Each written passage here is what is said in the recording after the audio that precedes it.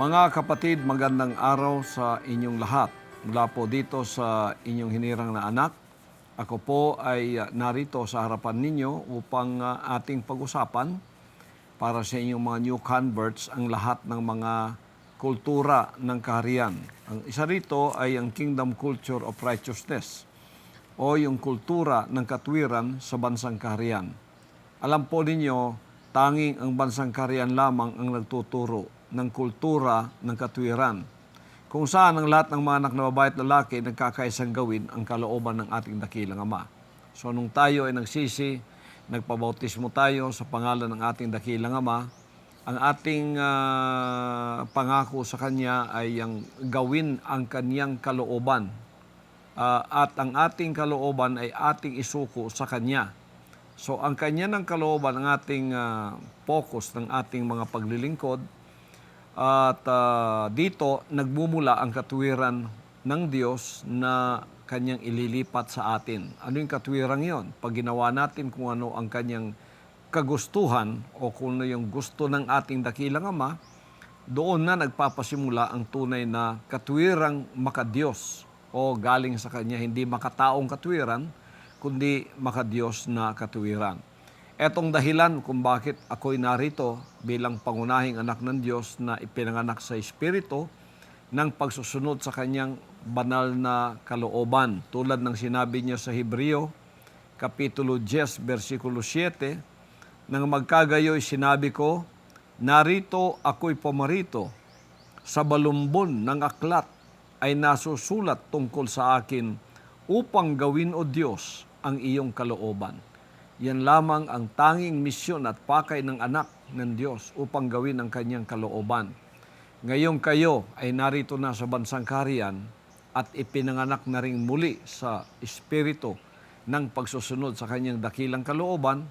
Ganon din ang magiging buhay ninyong katulad ko. Kaya't ako'y naging modelo ninyo, naging isang anak ng Diyos na pinauna sa inyo na maari palang gawin habang nasa lupa tayo dito, nasa laman tayo at nasa lupang ito, na ang Kanyang kalooban ay maari ng sundin at maaring gawin sapagkat nagawa ko yan, ay magagawa rin ninyo mga kapatid. At ito yung nagbibigay sa atin ng satisfaction. Di ba? Kung minsan uhaw tayo, gutom tayo, pag kumain tayo, pagkain at tubig, nasasatisfy tayo. Ngayon, sa atin namang spiritual na kalagayan, bilang may spiritual na tayong katawan, ang ating pagkain ay ang gawin ang kalooban ng ating dakilang Ama na siyang ating naging Ama sa Espiritu, at ang relationship natin sa Kanya, tayo naman ay naging anak. Tulad ng sinabi ng Juan 4:34, sinabi sa kanila ni Jesus, ang pagkain ko ay ang aking gawin, ang kalooban ng sa akin ay nagsugo at tapusin ang Kanyang gawa. Dito makikita natin na ang gawa ng ating Ama ay ang tapusin ang Kanyang kalooban ng Ama dito sa lupa. Ipakilala, ipakita na maari na nga tayong sumunod. Ngayon, bilang ako hinirang na anak ng Diyos mula sa fallen Adamic race, ay ganon din ang naging buhay ko upang ipakilala sa inyo na habang narito tayo sa laman, ay maaari tayong sumunod sa Kanyang kalooban na hindi na paghaharian ng kagustuhan ng laman. Naririto pa tayo sa laman, at maraming mga taong nagsasabi sa atin, paano nyo magagawa yung mga ganyan sapagkat tayo'y tao lamang. Yun ang pangkaraniwang naririnig nating katwiran sa mga taong gustong gawin ang kalooban ng Ama pero wala silang kapangyarihang gawin ito. Kaya sila'y bumabalik sa paggawa ng sarili nilang kalooban. Hindi dito sa kabansang kaharian, sapagkat dito ang tunay na ipinanganak sa Espiritu, paghaharian at gagabayan ng Espiritu ng ating Ama, at yan ay sa pangunguna ko bilang modelo, nagawa ko na magagawa rin ninyo. Narito ang sinabi niyang kayo'y nasa sanlibutan, pero hindi kayo makasanlibutan. Kayo'y nasa laman, pero hindi kayo makalaman. Ibig sabihin, hindi tayo utos-utusan ng laman. Ngayong nasa Espiritu na tayo at pinanganak sa Espiritu, tayo na ang mag-uutos sa laman kung anong gagawin. Noon hindi. Ang laman ang nag-uutos sa atin. Pag sinabi ng lamang, umupo ka, uupo tayo. Pag sinabi niyang gumapang ka, gagapang tayo. Pag sinabi niyang mangalunya ka, mangangalunya tayo. Pag sinabi niyang makiapid ka, makikiapid ka. Pag sinabi niyang lumundag ka, lulundag ka. Ngayon, nasa laman pa rin tayo kasi may katawan pa rin tayo. Pero hindi na magagawa ng laman ang tayo'y utos-utosan sa kanyang kagustuhan. Ang Ama na ang umuutos sa atin. Pagka ang ating makalamang bahagi ay muling gumalaw at sinabing gawin ito, pag alam nating hindi kalooban ng Ama, ay hindi natin gagawin. Ang Espiritu ngayon ang nag-uutos sa atin. Pag sinabi ng Espiritong huwag, hindi natin gagawin. Pag sinabi ng Espiritong umupo ka, uupo tayo. Pag sinabi ng Espiritu ng Diyos na tumakbo ka, tatakbo tayo. Pag sinabi niyang huwag kang mangalunya, hindi tayo mangangalunya. Pag sinabi niyang huwag kang makiapid, hindi tayo makikiapid. Kung ano ngayon, ang utos ng Espiritu, ang siyang sinusunod ng ating makalamang bahagi. Iyon ang ibig sabihin ng hindi na ang kagustuhan ko o kalooban ko ang susundin ko, kundi ang sayo na o dakilang Ama. So, sa tanging sa bansang kaharian lamang, itinuturo ang pagpuksa ng binhi ng ahas sa ating buhay o sa buhay ng tao. Binhi ng asyo ng serpent seed. Yun ang espiritong nag-uutos sa atin noon na gawin ito. Kahit pagsuway pa sa kalooban ng Diyos, gagawin natin sapagkat wala tayong kapangyarihang pigilan ang utos niya. Hindi na po ngayon kasi eto nga, may spiritual revolution, ang isinasa trono natin, ang gusto ng Diyos. Hindi na yung gusto natin. Pinuksa nga natin yung kagustuhan ng laman ng tao o yung will of man, bumagsak na. Ang will of God, ang siyang nakatayo na. So makikita natin ito sapagkat ang kapangyarihang ito ay binigay sa hinirang na anak ng Diyos at sapagkat ako'y ang unang nagtagumpay dito. Kaya ngayon, ang mission ko naman bilang anak ng Diyos ay puksain ang lahat ng kalooban o ang lahat ng gawa ng diablo na walang iba kundi ang kasalanan. Tingnan po natin ang unang Juan 3:8. Ganito naman ang sinasabi. Ang gumagawa ng kasalanan ay sa diablo, sapagkat buhat ng pasimula ay nagkakasala ang diablo. Sa bagay na ito'y nahayag ang anak ng Diyos upang iwasak ang mga gawa ng diablo. Kita ninyo riyan mga kapatid, ang gumagawa ng kasalanan ay sa diablo. Ano ang kasalanan? Paggawa ng sarili mong kalooban na labag sa kalooban ng Diyos. Sinabi niya rito, sapagkat buhat pa ng pasimula ay nagkakasala ang diablo. Sinong diablo? Si Lucifer. Sa langit, dapat gawin niyang kalooban ng Diyos sapagkat anghel siya. Pero tingnan mo, kahit sa langit, ang gusto niya, sinusunod niya. Gusto nga niya, hindi na pakinggan ng Diyos, kaya gusto niyang palitan ng Diyos. Pagod na ako sa pakikinig sa mga sinasabi mo, sinabi niya sa Diyos. Hindi na ako susunod sa iyo, ang gusto ko na, ang tutuparin ko. Iyon ang diablo. Kaya tayo, minana natin ang kasalanan iyon sa pamamagitan ng binhi ng ahas na minana natin kay Adan, sapagkat siya ang ating unang magulang sa laman. At ngayon, wala tayong kapangyarihang supilin yon. Pero ngayon, meron na, sapagkat ipinanganak na tayo sa Espiritu ng pagsusunod sa kalooban ng Ama sa katuparan ng Juan 1:12 na ang lahat ng tumanggap sa Kanya, bibigyang kapangyarihang maging anak ng Diyos. Ang ibig sabihin, bibigyang kapangyarihang sumunod sa Kanyang kalooban na walang magagawa ang laman. Kaya narito ako sa bagay nito. Sa bagay na ito'y nahayag ang anak ng Diyos upang iwasak ang mga gawa ng diablo. Nandito ako para wasakin yung espiritong yung nag-uudyok sa inyo palagi na wala kayong kapangyarihang supilin, pigilin Narito ko para iwasak ang kagustuhan ng laman o kagustuhan ng tao o kagustuhan natin ang sinusunod. Winasak ko na yon, nawasak na yon.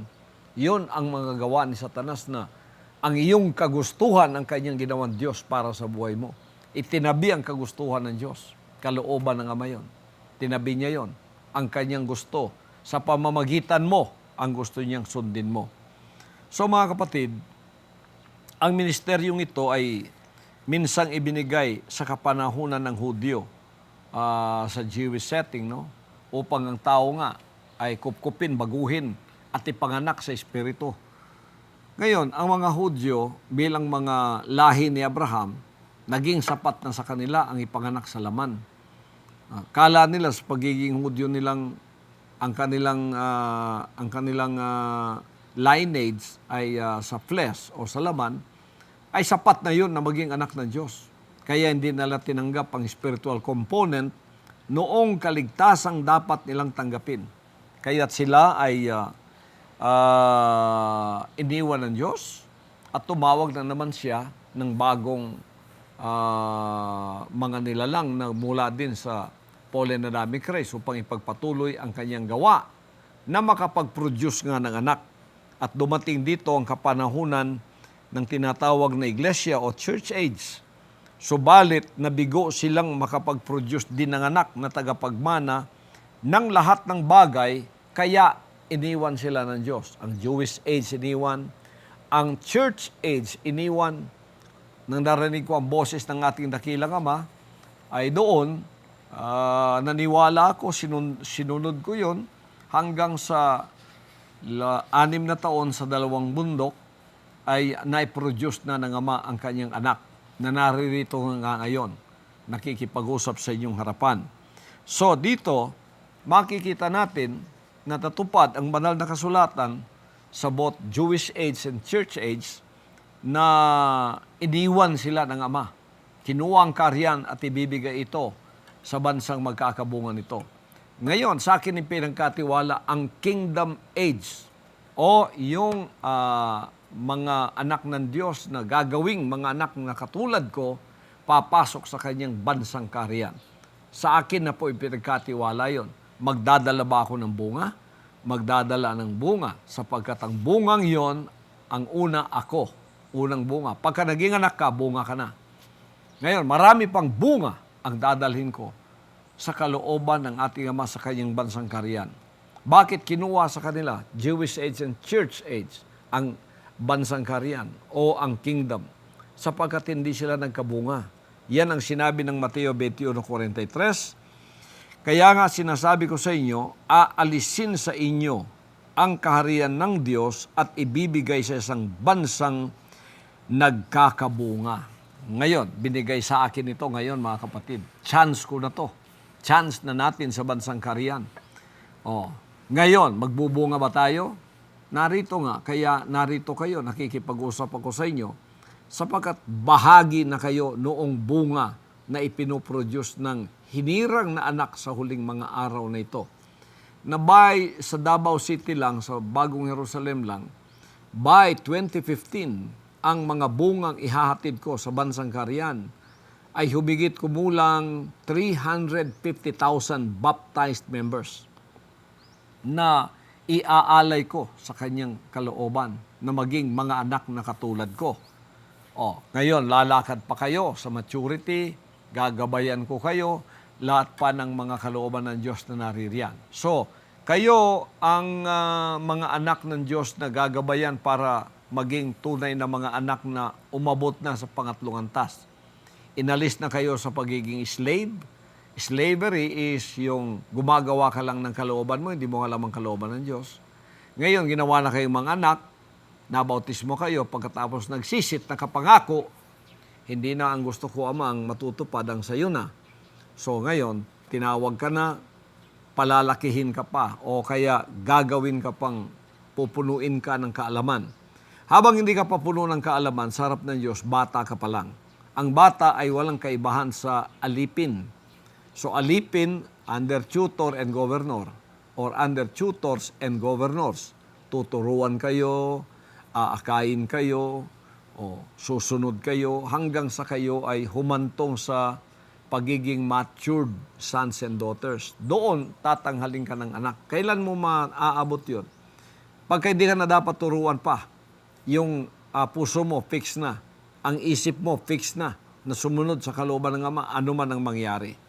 So, ang pagkakamali ng kapanahunan ng Hudyo, nanatili silang pisikal sa kanilang paniniwala. Nabago sila sa pag-unawa na ang kaligtasan ay spiritual. Ito ay ang pagpoproduce ng anak sa pamamagitan ng salita ng Ama. Ganon din ang mga nasa church age. Ganon din ang kanilang pagkakamali. Ngayon, ang mga Hudyo kasi noon sa Jewish age, puro physical, ang templo, physical. Ang kanilang pagiging Hudyo, physical. Akala nila yung templo, yun ang bahay ng Diyos na talagang titirhan ng Diyos. Na kung saan yun, tatanghalin silang mga anak ng Diyos doon. Pero hindi pa yun ang katapusan ng kaligtasan ng tao. Pasimula pa lang sana yun. Tanggapin sana nila ang spiritual component, kompleto na sila. Pero nagkamali sila, hindi nila tinanggap. Kaya't ngayon tayo naririto sapagkat both physical at spiritual, pinagsama na ngayon ng Ama sa buhay ng hinirang na anak. At ngayon, maari na tayong maglingkod sa kanyang tawaging tunay na mga anak ng Diyos. Sa akin po, pinagkatiwala yun sa Kingdom Age. Kaya, nagpo-produce ako ng anak bawat panahon. Kasama na kayo doon. Ito yung sinabi ng Juan 12, 19, 21. Sumagot si Jesus at sa kanila sinabi, igiba ninyo ang templong ito at aking itatayo sa 3 araw. Sinabi nga ng mga Hudyo, 46 na taon ang pagtatayo ng templong ito at tatayo sa 3 araw. Datapot sinasalita niya ang tungkol sa templo ng kanyang katawan. Doon pa, pinalitan na yung mga templo na gawa ng kamay ng tao. Ang templo ngayon, walang iba kundi ang anak na. Yun ang tunay na tahanan. Ito rin ang pagkakamali ng church age. Kaya nakikita ninyo mga kapatid, naglalaki ang building, yung mga iglesia ni Manalo, yung mga Katoliko, at iba pang mga Mormon. Naku, nag-uunahan yan sa pagpapatayo ng mga magagarang templo. Naiinganyo naman ang tao pumasok doon kasi ang kanilang pagkakaalam, bahay ng Diyos yun. Kaya tawag doon, House of God. Hindi yun ang totoong House of God. Mali yun. Sa Hudyo nga, iniwan niya yung templong napakaganda. Ito naman ang church age, naggawa naman ng mga cathedral, pinagyayabang, pinagmamalaki. Dahil sila daw ang totoo, dahil daw ang gaganda ng mga cathedral nila, ang gaganda ng mga bahay-sambahan nila, at pinapakilala nilang iyon ang bahay ng Diyos. Mali dito sa Kingdom Age, ang katotohanan, malalaman ninyo na ang templo ay ang katawan ng anak. Ngayon, hindi lamang iisang anak, ako lang ang unang na-produce. Kayo, mga anak na rin. Kaya pag tayo ay nagsama, tayo ang templo ng Amang pinagsama na doon siya nakatira sa ating mga buhay o sa ating katawan. Tulad ko, ako yung example. Ako at ang aking Ama, iisa. Nakatira siya sa akin. Ako ang kanyang residensya. Si Jesus Christ ang nag-una nito na ating Amang makapangyarihan sa Jewish setting. Kaya inalis na ang presensya niya doon sa templong kanilang kinikilingan, kanilang nire-respeto. Wala na doon siya, kaya nabiyak ang templong yun eh. Binago niya, paniniwala na ngayon na wala dyan. Hindi ako titira sa mga ginawa ng kamay ninyo. Sino ba yung mga ginawa ng kamay na yan? Pagkagara-gara ng mga ginawa niyo. Pero wala ako dyan. Bato yan eh. Hollow block yan. Wala ako dyan. Ang pakay ko dito, ang tao na nalinlang ni Satanas, na sana kung dinalin lang, doon ako titira sa kanya at ako ang magiging manifestasyon niya dito sa lupa. Hindi nangyari yun, kaya nga may proseso eh. Hudyong panahon, iglesyang panahon, o church age, o Jewish age, para makapag-produce siya ng templong matitirahan niya na tao na magiging anak niya. Nagkamali sila, nabigo, hindi nangyari. Ngayon, nangyari na. narito na tayo sa Kingdom Age, nakapag-produce na siya ng anak. Ang anak ngayon ang tunay na templo. Siya ang pinakamagandang templo, kaya siya ang tinirahan ng Diyos. Bakit maganda na templo ang anak? Sapagkat ang anak nakakapagsalita, sapagkat ang anak humihinga, sapagkat ang anak may kaluluwa, sapagkat ang anak maaari niyang isalitain ang mga salita ng Diyos na nakatira sa loob niya. Kaya ang anak na nakapagsabing, ang mga sinabi ko o mga salitang nanggagaling sa akin, hindi galing sa sarili ko, kundi sa amang nananahan sa loob ko. Yan, mga kapatid, ngayon. Kaya nakapokus tayo ngayon sa tunay na templo. Sino? Ang anak. O ihahambing mo ako dyan sa mga templong nagaganda ng Iglesia ni Manalo, ng Katoliko, ng Mormon at ng mga iba pa. Naku, yan lahat igigiba. Wala dyan ang Ama. Ginawa ng kamay ng tao yan, hindi humihinga yan. Pintura lang yan. Pag yan ay iniwan mo, walang nakatira sa loob. Mahalaga pa ba yan kaysa tao? Ay ang tao dadalhin sa langit. Yan bang mga simbahan na yan? Dadalhin sa langit yan. Wala, magigiba. Kaya nag-earthquake nga nung sa Bohol, nangagiba ang lahat ng mga simbahan nila . Bubulusok yan. Pero mo'y pagmamayabang mong bahay ng Diyos yan. Simento, hollow block, buhos, bakal, hindi humihinga. Ngayon, alam na natin ang kanyang kalooban na hindi yon. Kaya iniwan nga sila dahil mali ang paniniwala nila. Ngayon, narito na. Ang templo, ang anak. Doon nakatira ang Ama. Humihinga, may kaluluwa, may pag-ibig, may init ng kanyang compassion at pag-ibig. Magagamit pa siya ng Ama. Pero mo gagawa ka nga naman ng simbahan, nasasabihin mo templo yon. Paano lalakad yun? Pupunta ng Amerika para mangaral doon. Pagka naman kinuha ng Ama, pati yun bubunutin. Naku, mali naman, masyadong paniniwala. Kaya ngayon, naliliwanagan tayo. Iba na mga kapatid, dito. Ito yung kultura ng katuwiran dito sa kaharian na ang matuwid ngayon ang makikilala nyo. Hindi na yung mali. Kaya nga noon, niloko tayo . Dadaan tayo sa mga simbahan. Aba, naku, maingat na maingat tayo dahil ang Diyos nandoon. Binabastos naman natin ang anak. Tinan mo itong panlalait sa akin sa huling mga araw. Kung alam lang nila na ako ang tunay na templo, rerespetuhin sana nila ako. Kaya sinabi ng Ama, ang lahat ng paghatol ibinigay sa anak. Walang paghatol na hindi ibinigay sa anak. Upang ang anak ay parangalan, papurihan ng lahat. Na kung paanong pinapurihan ng anak, ganun din pinagpupurihan ang Ama. Sapagkat ang Ama at ang anak ay isa, ang Ama nakatira sa loob ng anak.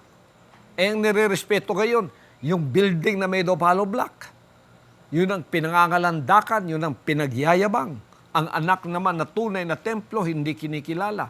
Kayong mga kingdom citizen, kilala na ninyo yan. So ako'y nagpapasalamat sapagkat narito nga tayo upang ito ay ating buuin at ating pasalamatan ng dakilang Ama sa mga bagay na ito. Tingnan ninyo mga kapatid, ang pagkakamali sa panahonan ng Iglesia, tumanggap lang sila ng maliit na bahagi ng mensahe ng kapahayagan at tumigil na. Nabigo silang mabuo ang gawa ng kaligtasan, hindi sila nakapag-produce ng anak, kaya ang kanilang pagsamba ay wala ng kabuluhan.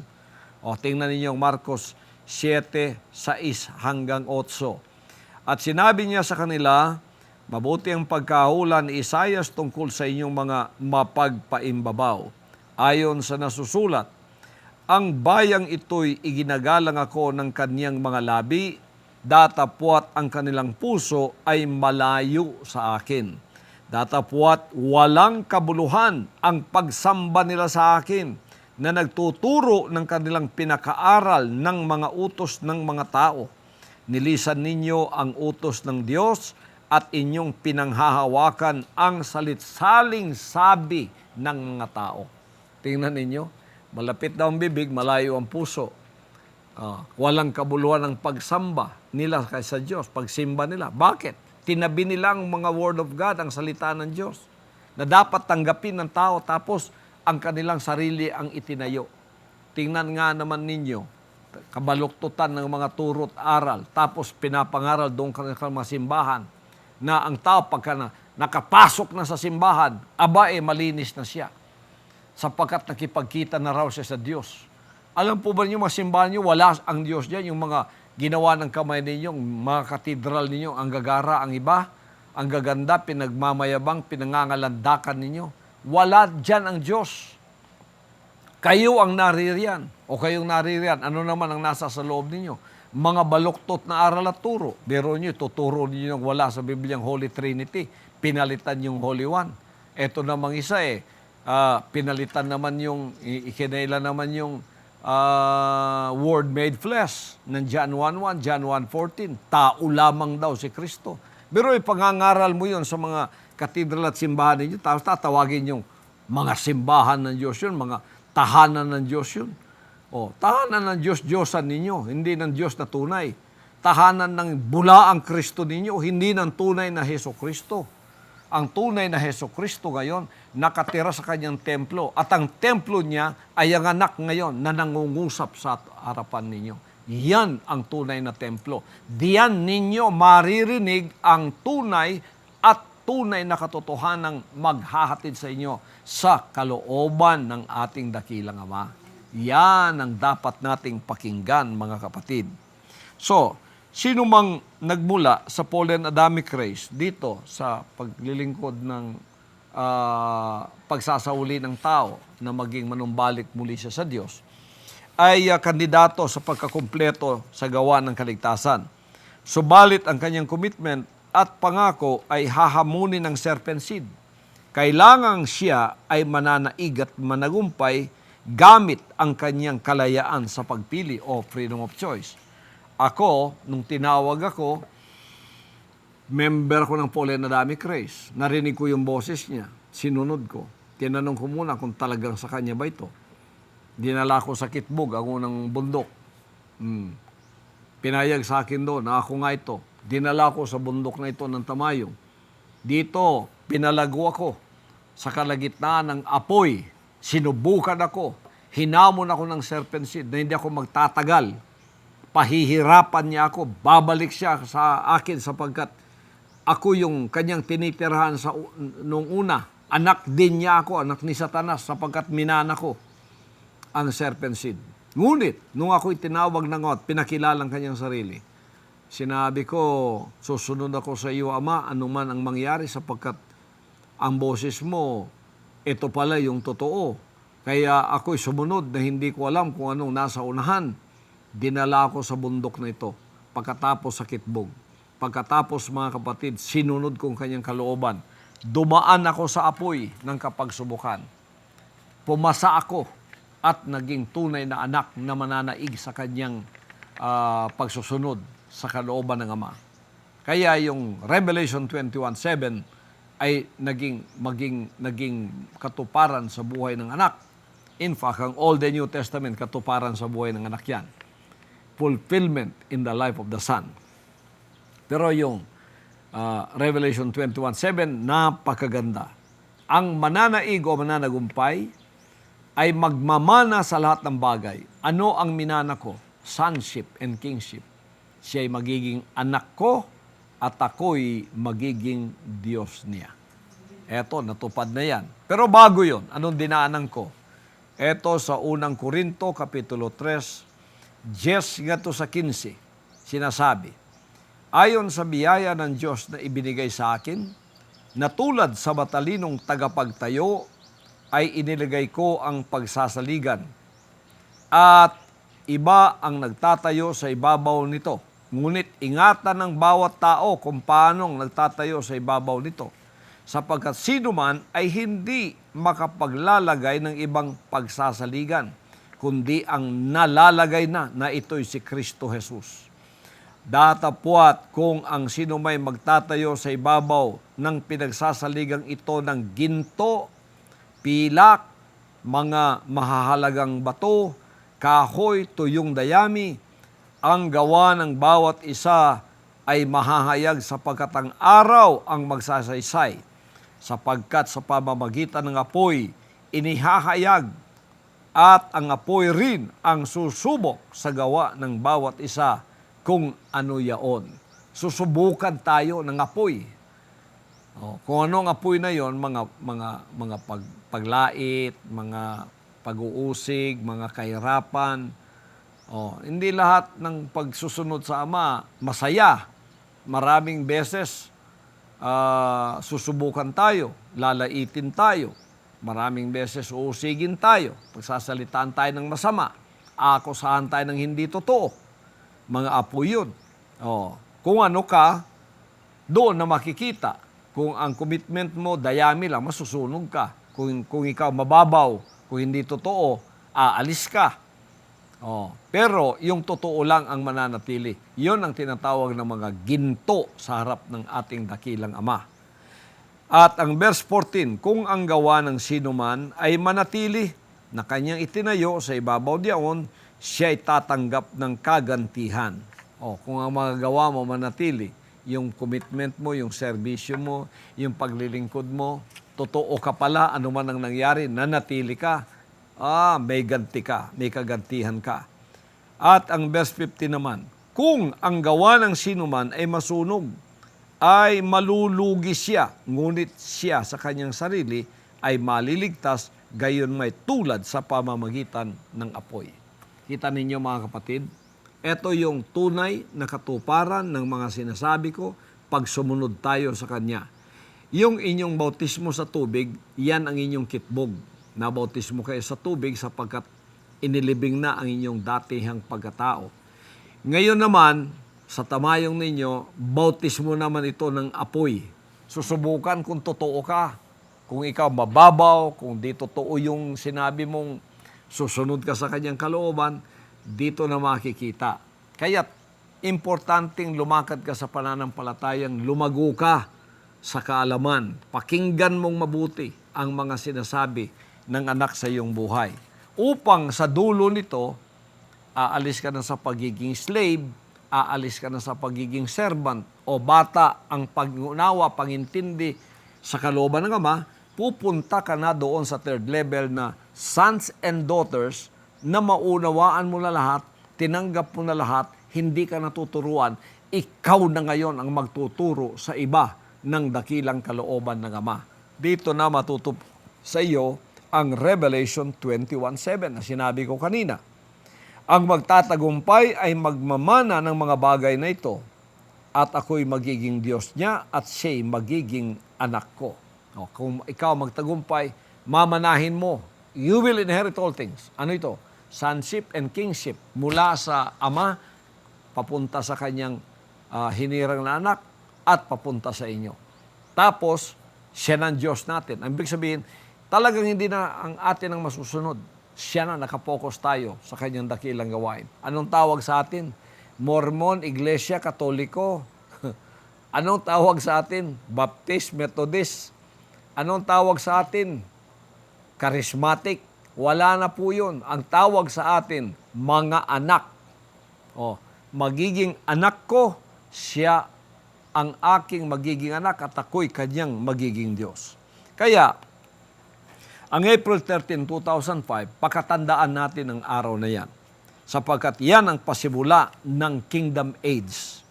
Ito na ang bagong langit at ito na nga ang bagong lupa. Ang bagong langit, yung bagong paniniwala na kompleto, na naghatid sa iyo sa kinaroroonan ng Diyos, na kung saan naroon din ang kanyang templo, ang kanyang anak. At ito rin ang bagong lupa. Sinong bagong lupa? Kayo, na tumanggap nitong pinagtaniman ko. Yung lumang lupa, yung mga lupa ng denominasyon, yung mga members ng denominasyon at relihiyon, mga lumang lupa yun. Hindi nakapagbunga ng katuwiran na nakalulugod sa Diyos yun. Tayo ang bagong lupa na ang ipoproduce, puro nakalulugod sa Diyos. Puro mga anak ng Diyos. At ang bagong daigdig, yung sosyedad natin na kinaroroonan ng lahat ng mga anak na katulad ninyo ngayon, na pare-parehong nagsisi, pare-parehong sumusunod, pare-parehong nakakilala sa hinirang na anak at sa amang makapangyarihan, at pare-parehong lumalago sa kanyang dakilang kalooban, tayo ang bagong daigdig. Na kung saan, sinabi niya, ang hinirang na anak ng Diyos, ang tagapabahala at hari ng kanyang bagong nilikha. Mga kaibigan, mga kapatid, na ngayon ay nakapasok na sa bansang kaharian. Itong kultura ng katwiran sa bansang kaharian, ito unique para sa atin lamang. Sapagkat sa reliyon at denominasyon, di naman yung maririnig yung sumunod ka. Anong sinabi niya sa Matthew 21:7? Hindi lahat ng tumatawag sa akin, Panginoon, Panginoon, papasok sa kaharian ng langit. Ang sumusunod lamang sa kalooban ng aking amang nasa langit. Napakasimpleng formula ng kaligtasan. Bakit hindi nila nakita yan? Hindi nila nakita dahil hindi sila nanaig sa serpent seed na nasa loob nila. Kaya hindi lang masunod-sunod ang mga salita ng ating dakilang Ama. Pagkaliwanag ng mga sinabi niya. Sinabi niya, kung ikaw ay nakikinig daw sa kanyang mga salita at hindi tumutupad nito, tulad ka ng isang taong mangmang na nagtayo ng bahay sa ibabaw ng buhangin. Konti lang kapag subukan, bagsak ka na. Pag sabi mong holy tree, pagsuway yun. Pag sabi mong gagawa tayo ng sarili nating bylaws, pagsuway yun. Hindi ka tatayo niyan, hindi ka maliligtas niyan. Pero sinabi niya, ang makikinig ng aking sinabi at siya ay susunod dito, tulad siya ng isang taong matalino, nagtayo ng kanyang bahay sa ibabaw ng bato. Inulan, binaha, binagyo, lumagpak sa bahay na yon, pero hindi nagiba sapagkat ito'y natatayong matibay sa ibabaw ng bato. Mga kapatid, sa mga sandaling ito, kayo na ngayon ay pumasok sa kasunduan o agreement o covenant na hindi na ang ating kalooban ang mangyayari kundi ang sa Ama na. Gamitin ninyo ang inyong freedom of choice. Gamitin ninyo ang inyong pananampalataya na maintindihan mo man o hindi ang mga kalooban ng Ama, tanggapin mo. Magsanay ka. Alam ko, yung marami sa inyo, hindi pa sanay na gumawa sa kanyang buong kalooban. Sapagat sanay kayong gumawa ng sarili ninyong kalooban, bagong-bago pa kayo.